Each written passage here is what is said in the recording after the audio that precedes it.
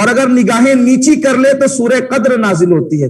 یعنی حضور علیہ الصلوۃ والتسلیم کی کسی فکر اور تردد کو اللہ تعالیٰ باقی رہنے نہیں دیتا, اور اللہ تعالیٰ محبوب کی نگاہیں اٹھے تو بھی قرآن نازل کرتا ہے, نگاہیں جھکے تو بھی قرآن نازل کرتا ہے. اور پھر شب قدر عطا کی گئی اور بتایا گیا کہ اگر تمہاری عمر کم ہے تو کیا ہوا, لیکن تمہیں ایک رات ایسی دی جا رہی ہے کہ اگر تم اس میں عبادت کرو گے تو اللہ تعالیٰ 83 سال اور کچھ مہینوں سے زیادہ بڑھ کر کے اللہ تعالیٰ تمہیں عبادت کا ثواب عطا فرمائے گا. اب ایک انسان اگر 80 سال جیتا ہے اور اگر اس کو 40 مرتبہ بھی بلکہ 4 مرتبہ بھی شب قدر مل جاتی ہے تو اس کا حساب کہاں سے کہاں پہنچ جاتا ہے.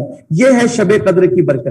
سبحان اللہ سبحان اللہ. اس میں کوئی یہ کسی کے ذہن میں بات آ سکتی ہے کہ جب یہ شب قدر اتنی برکت والی رات ہے اور مومنین کے لیے اس میں اتنا عظیم ثواب ہے تو اسے پوشیدہ کیوں رکھا گیا؟ ظاہر ہونا تھا تاکہ تمام لوگ اس کو پا لیتے اور اس فضیلت کو شرف کو پا لیتے. تو اس میں بھی حکمت یہی ہے کہ یقینی طور پر ثواب بھی اس میں زیادہ ہے, لیکن اگر متعین ہوتا اور بندہ کہیں شرارت اللہ عز و جل اس بات کو جانتا ہے کہ بندہ شرارت نفس کی بنیاد پر کہیں اس میں گناہ کرتا تو اس کا گناہ بھی اتنا بڑا ہوتا.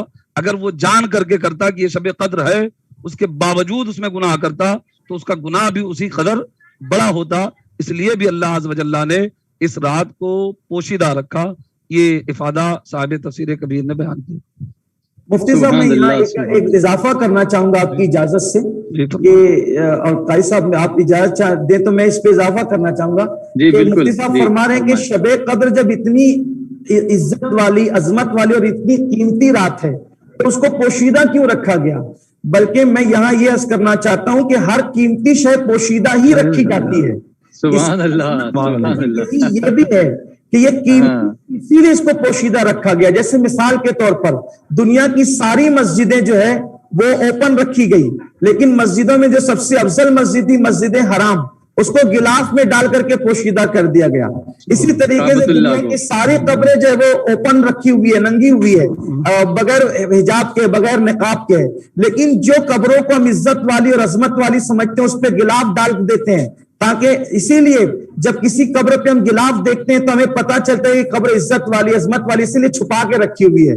پھر اسی طریقے سے آپ دیکھیں کہ پوری مخلوق جو ہے کے اندر کروڑوں اربوں خربوں کتابیں لکھی جاتی ہے لیکن ساری کتابیں کھلی پڑی رہتی ہے, لیکن قرآن مقدس جو سب سے عظمت والی کتاب ہے اس کو جزدان میں باندھ کر چھپا جاتا ہے.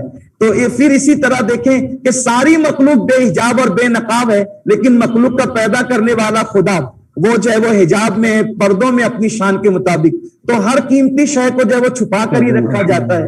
تو اس لیے ابھی جیسے آپ نے فرمایا نا کہ ولیوں کو چھپا دیا عوام میں, تو ولی بھی قیمتی تھے ان کو چھپا دیا. اسی طرح اجابت کو چھپا دیا دعاؤں میں, اجابت بھی قیمتی تھی نا. اور اجابت یہاں بھی ایک بات کا اضافہ کرنا چاہتا ہوں, سب اجابت کو ڈھونڈتے ہیں اور اجابت مصطفیٰ جان رحمت کو تلاش کرتی ہے. اسی لیے میرے امام فرماتے ہیں کہ عنایت کا جوڑا اجابت کا صحرا دلہن بن کے نکلی دعائے محمد اور اجابت میں جھک کر گلے سے لگایا. قربان جائیں گے عظمت مصطفیٰ جان رحمت ہے جہاں اجابت بھی جھک کر ملتی ہے. لوگ نبی کی بارگاہ میں جھکنے پر جو وہ اعتراض کرتے ہیں, ارے نادان تو اجابت کو ڈھونڈ رہا ہے لیکن جو اجابت کو تو تلاش کرتا ہے وہ بھی مصطفیٰ جان رحمت سے جھک کر ملتی ہے. امام کہتے ہیں اجابت پہ جھک کر گلے سے لگایا بڑی ناز سے جب دعائے محمد. تو اللہ تعالیٰ نے کتنی قیمتی چیزیں تھی اللہ نے سب کو پوشیدہ رکھا. اسی طرح ساری چیزیں جو ہے وہ اوپن ہوتی ہے لیکن موتی ہمیشہ قیمتی اور سچا موتی وہ صدف کے سینے میں چھپا ہوا ہوتا ہے. اللہ تعالیٰ صدف کے اندر موتی کو چھپا کر کے رکھتا ہے. سبحان اللہ, قیمتی چیز ہے. سبحان اللہ سبحان اللہ سبحان اللہ سبحان اللہ. مولانا سجاد صاحب کچھ کہنا چاہتے ہیں؟ جی ماشاء اللہ, سید صاحب کی زیارت ہو رہی ہے. جزاک اللہ. کچھ کہنے کے لیے بہت دیر سے سوچ رہا تھا میں, لیکن ایک مرتبہ بھیونڈی میں غیبی نگر میں سید صاحب تشریف لائے تھے تو افتتاحی تقریر جو ہے میری ہی تھی. جیسے ہی میں تقریر شروع کیا سید صاحب آ گئے. تو اب لوگوں کا علماء کا سب کا رجحان میں نے دیکھا کہ سب مجھ کو اشارہ کر رہے ہیں کہ آپ بیٹھ جائیے. اب سید صاحب آ گئے, ہم جو ہے آپ کو سننا نہیں چاہتے. تو سید صاحب کے ہوتے ہوئے بولنے میں تھوڑا جو ہے اس بات کا ڈر رہتا ہے کہ پتہ نہیں. بالکل آپ لوگ بولیں, آپ لوگ کو بولنا. ایک بات یہ عرض کرنا چاہتا ہوں قاری صاحب, جو قرآن شریف میں سورۃ القدر میں ہے کہ لیلۃ القدر خیر من الف شہر, جی لیلۃ القدر جو ہے 1000 مہینوں سے افضل ہے. یہ نقطے والی بات یہاں یہ ہے کہ الف جو ہے نا، الف جی عربی زبان کا ورڈ ہے، اس کا معنی 1000 ہے. جی قرآن مجید جس وقت نازل ہو رہا تھا اس وقت عربی زبان میں گنتی کی جب کوئی بات اس طرح سے بیان کرنی ہو کہ گنتی کے اعتبار سے اس کی کوانٹٹی کو زیادہ بتانا مقصود ہو، تو اس وقت عرب والے 1000 کے لفظ استعمال کرتے تھے. مثال کے طور پر جیسے آج کہیں بھیڑ ہو تو ہم کہتے ہیں ہزاروں لوگ موجود تھے، تو وہاں بتانا یہ ہوتا ہے کہ زیادہ لوگ موجود تھے. تو اس زبان میں قرآن کے نزول کے زمانے میں جب کوئی گنتی کو زیادہ بتانا ہوتا تھا تو وہ 1000 کا لفظ استعمال کرتا تھا. تو قرآن مجید میں جو یہ کہا گیا ہے کہ 1000 مہینوں سے افضل ہے، وہ اس زمانے کے اعتبار سے کہ لوگ یہ سمجھتے ہیں کہ 1000 کی گنتی بہت بڑی گنتی ہے. جیسے قرآن شریف میں ہے کہ یہودیوں کے بارے میں یود احدہم لو یعمر الف سنہ لتجدنہم احرص الناس علی حیاۃ. ہاں، یہ زندگی کی بہت خواہش رکھتے ہیں اور کتنا سال جناتے ہیں؟ 1000 سال. تو صرف 1000 سال مطلب اسی لیے ملتے ہیں تو کہتے ہیں کہ جیو بچہ ہزاروں سال جیو. جب یہ پرنام وغیرہ کرتے تو جیو یعنی کہ زیادہ جیو، تم جیو ہزاروں سال، سال کے دن ہو 50,000. ایسے ہی. تو اس سے مراد یہ ہے، مفسرین فرماتے ہیں کہ صرف 1000 مراد نہیں ہے، وہ تو صرف ایک تعبیر کے لیے اللہ نے بیان کیا ہے، ورنہ حقیقت یہ ہے کہ اس سے بھی زیادہ افضل ہے. اور ایک غور کرنے والی بات یہ ہے قاری صاحب، کی بات یہ ہے، سید صاحب اگر اجازت ہے تو وہ بھی کہہ دوں میں. جی بالکل جی بالکل.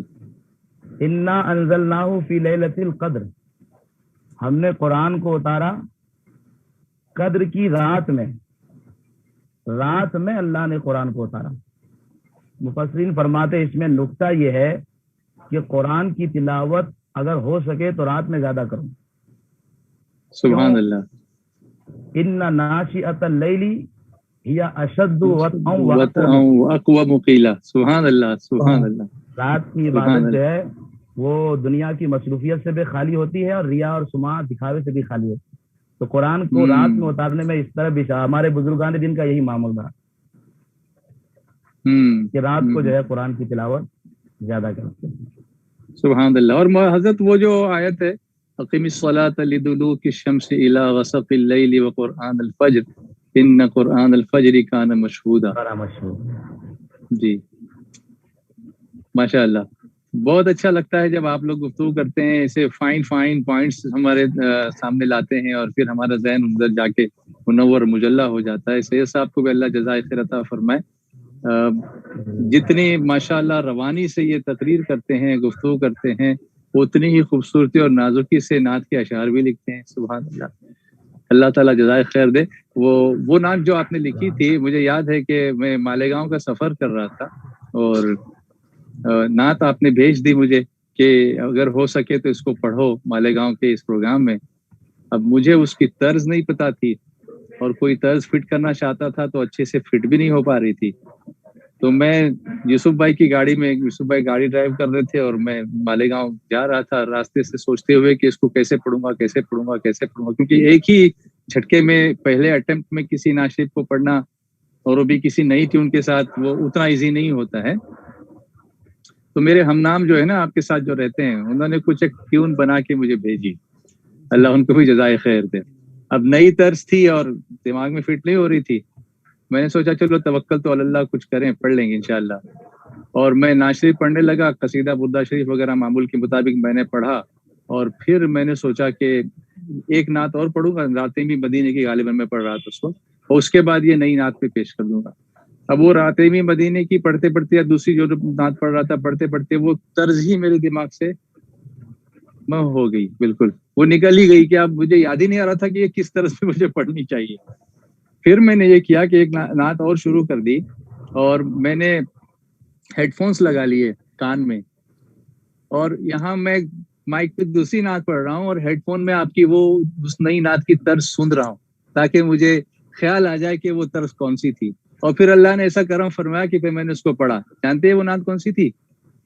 خیال آتا ہے دل میں یہ گر ہوا ہوتا، خیال آتا ہے دل میں یہ گر ہوا ہوتا، انہی کے دور میں میں نے جنم لیا ہوتا خیال آتا ہے دل میں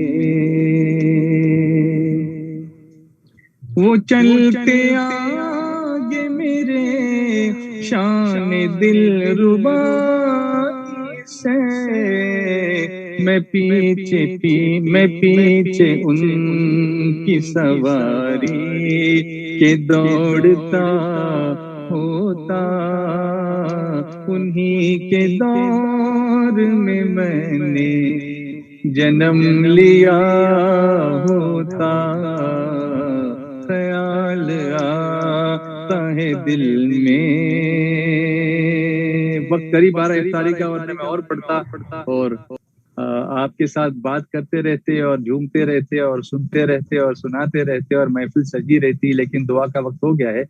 اور ایک سلام اور بار بار بیچارے دل ان کا رہ جائے اس لیے پیش کرتا ہوں. کہیں لکھنؤ سے کوئی امان صاحب ہیں، وہ کہتے ہیں کہ ہم سید صاحب سے ملے بھی تھے، انہوں نے آپ کو سلام پیش کیا ہے. عبد الکریم صاحب باندرا سے سلام پیش کرتے ہیں اور عبدالعزیز بابا کے لیے صحت کی شفا کی دعا کی درخواست کرتے ہیں. بابا کو شفائی کاملہ واجلہ عطا فرمائیں اور اللہ آپ کو بھی اور قبلہ حضور قائد محترم کو بھی شفا، صحت، تندرستی، دراز عمر بالخیر عطا فرمائیں.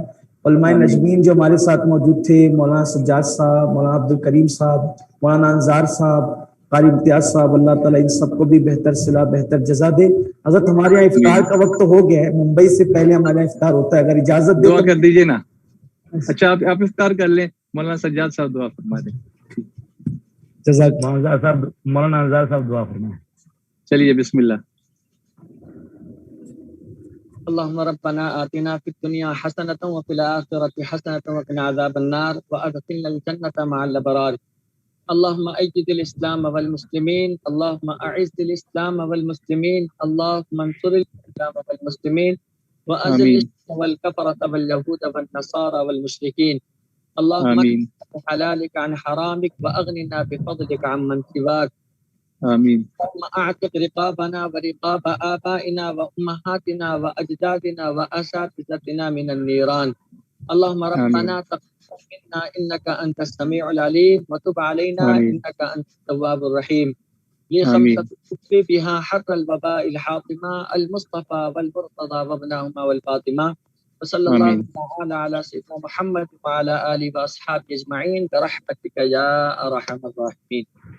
تو ناظرین محترم، آپ سب کی طرف سے سید امین القادری صاحب کا بہت بہت شکریہ. علماء نجمین تو میرے ساتھ ابھی رہیں گے انشاءاللہ، اور انشاءاللہ ہم چاند رات تک اس سلسلے کو جاری رکھنے کی خواہش رکھتے ہیں، ارادہ رکھتے ہیں. اللہ تعالیٰ کرم فرمائے. بلکہ بہت سارے لوگوں کی خواہش یہ بھی ہو رہی ہے کہ بعد از ماہ رمضان بھی اگرچہ روز نہ صحیح لیکن فریکوینٹلی اس طرح کی مجلس ہونی چاہیے. اللہ نے چاہا تو اس پر بھی حضرت امیر سنی دعوت اسلامی کی اجازت اور ان سے مشورہ کرنے کے بعد غور کیا جائے گا انشاءاللہ کہ کس طریقے سے اس کو لائیو رکھا جا سکتا ہے. دعاؤں میں یاد رکھیے گا، شب قدر کے پانے کی دعائیں کیجیے گا، ہم سب کے لیے مغفرت کی دعائیں کیجیے گا، بیماروں کے لیے شفا اور مرحومین کے لیے مغفرت کی دعائیں کیجیے گا. جزاکم اللہ خیرہ. السلام علیکم ورحمۃ اللہ وبرکاتہ. انشاءاللہ کل شام 5:45 بجے. اللهم آنس وحشتي في قبري، اللهم ارحمنا بالقرآن، اللهم ارحمنا بالقرآن،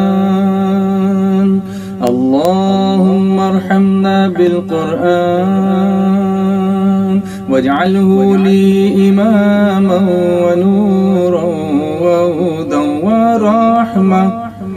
اللهم ذكرني منه ما نسيت، وعلمني منه ما جهلت، وارزقني تلاوته آناء الليل وآناء النهار، واجعله لي حجة يا رب العالمين. اللهم ارحمنا بالقرآن، اللهم ارحمنا بالقرآن، اللهم ارحمنا ارحمنا بالقرآن